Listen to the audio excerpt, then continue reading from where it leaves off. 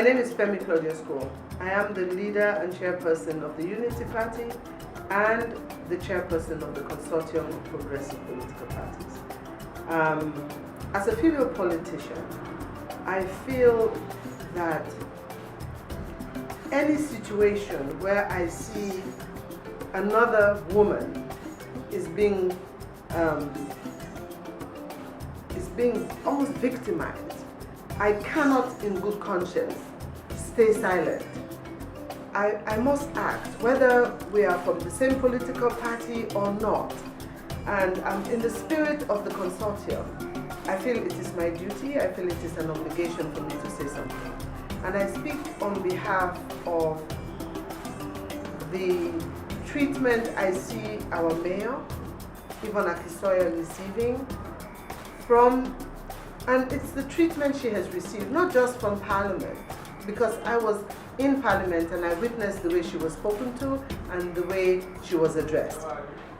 Here we have a mayor that has really been a leader. She's been exemplary in her mission to transform Freetown. I think she has done extremely well, and I am shocked that we have, can I say, the government, whether the Parliament, whether ACC, are not being supportive. Why can we not support someone that is doing very well in their institution?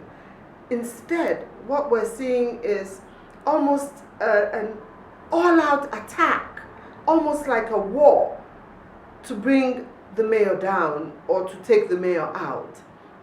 And I'm doing this video because I think it is necessary for us women, for our voices to be heard. And what is being, the way the mayor is being treated, I think is unfair.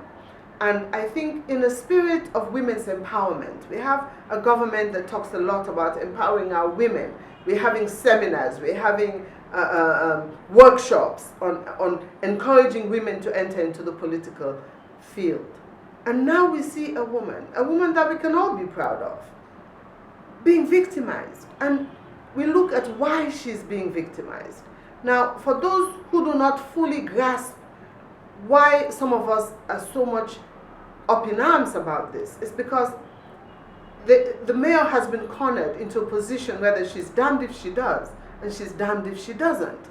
And where she's being accused of starting a mayor's delivery unit without due process. Okay, if that's your argument, is it an argument that is strong enough for us to remove the mayor that was elected by a landslide majority? And even if we had a mayor that wasn't performing, you could have some justification. But when we look at what this mayor has accomplished, where she should be receiving a pat on the back, because as she transformed Freetown, she's not transforming Freetown for her. She's transforming Freetown for the country, because this is the gateway. This is where you enter Sierra Leone. This is where you make your first impression. And I think it is time for me to really appeal to the powers that be that enough is enough. I think this, to me, I seriously do call it a vendetta. It's almost as if that she had committed some personal injury to someone who is now determined to bring her down. You cannot force somebody to say she committed a crime if none was committed. The monies that were used for travel, for someone in the mayor's delivery unit who has delivered. And monies totaling over $4 million have been brought into Freetown. And the trees she's planted, we can see it. And even in the president's speech, I see him mentioning, the planting of trees, where again the mayor should be given the accolade that she deserves. And was she to accept that, yes, I am guilty of what crime, then you make her ineligible to contest in the 2023 elections for her seat. And if you take her to court, we see what happens in our judiciary.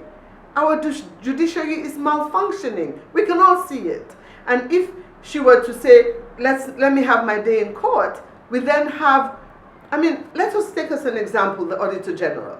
The Auditor General was supposed to have a tribunal. It's almost, is it 4 months later? And we don't have an answer. Did she commit the crime for which she was suspended? So it's not a place I would advise anybody who is innocent to take their issue to. I think this is a case where a report can be, you did your audit, you did your assessment. Madam Mayor, the MDU was not, did not follow due process. Can you please rectify it? At this point, let us rectify it. But we have an MDU that is actually doing what it should. So do we dismantle it like the Minister of Local Government was saying? No. Sierra Leone needs all the development and all the progress that we can harness.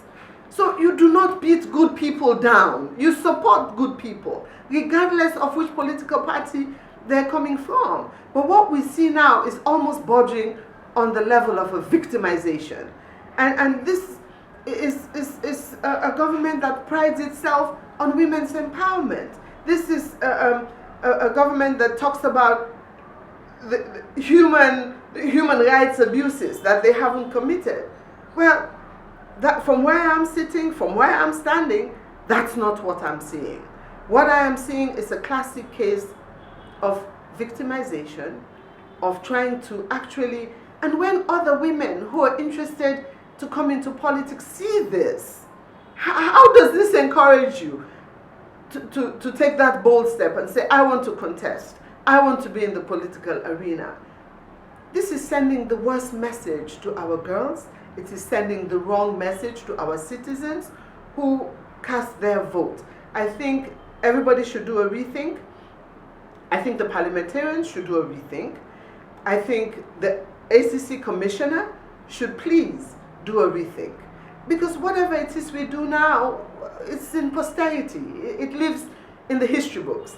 And I think this will be a very sad page to be written in the history of Freetown and to be written in the history of Sierra Leone. I thank you.